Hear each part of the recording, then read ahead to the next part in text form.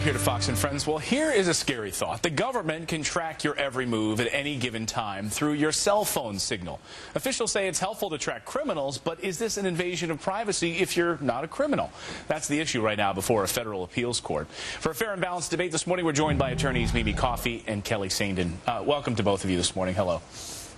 Good morning. Good morning. Kelly, let me start with you. It sounds to me like this is an invasion of privacy. How am I wrong here? Well, I don't think it's an invasion of privacy because you don't have an expectation of privacy with the usage of a cell phone. And the only information that the government's able to track is historical data as to where cell phones were being used at a specific time. Wait a minute. I love this because the Obama administration has come out and said specifically what you just said there, which was they have argued that warrantless tracking is permitted because Americans enjoy no, quote, reasonable expectation of privacy.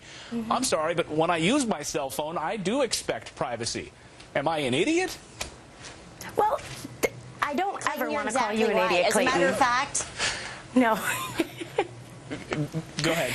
I'm sorry, Mimi. I the didn't mean Supreme Court to said that interrupt. you're right in cats, Clayton. No problem. Sorry. Go ahead, Well, Mimi. I disagree.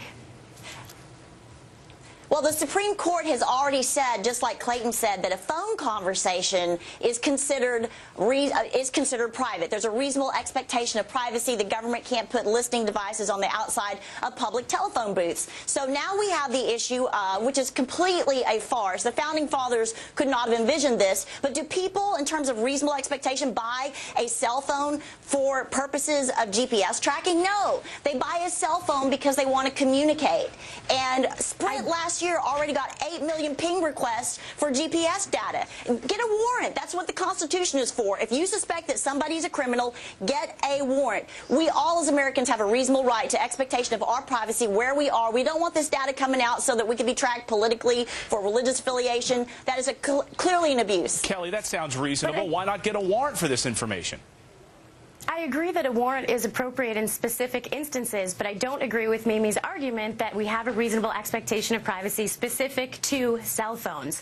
Think about it, Clayton. Every time you go through a toll booth, that's tracked. Every time you use your ATM card, that's tracked. Every credit card purchase, that's tracked. You walk into a building, there's security cameras, that's tracked. So how using your cellular phone, when you call 911, they can locate you, so it helps in times of emergencies. Yeah, but I don't think of the cell phone. I think when I drive through a toll booth, that's a state property. If I'm driving through the New Jersey toll booth, tax dollars paid for that. That's there. Tax dollars didn't pay for my cell phone. And if I'm walking around the street and I happen to go into the Gap and then I walk over to go to Denny's, I don't want to know that the government knows exactly where I went to buy clothes that day, also know where I went to have lunch.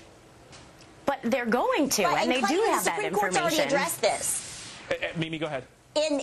In the Cato case in 1984, 20-plus years ago, when you actually had beepers put on cars to track, the Supreme Court already said, okay, now, if you've got a vehicle on a public road, that's one thing. But when you put this beeper device on an automobile and you're tracking it to their private residences, to private property, that's unconstitutional. This issue has already been addressed, Kelly, and I don't think the Supreme Court's going to reverse itself. Kelly, I'll give you the final word.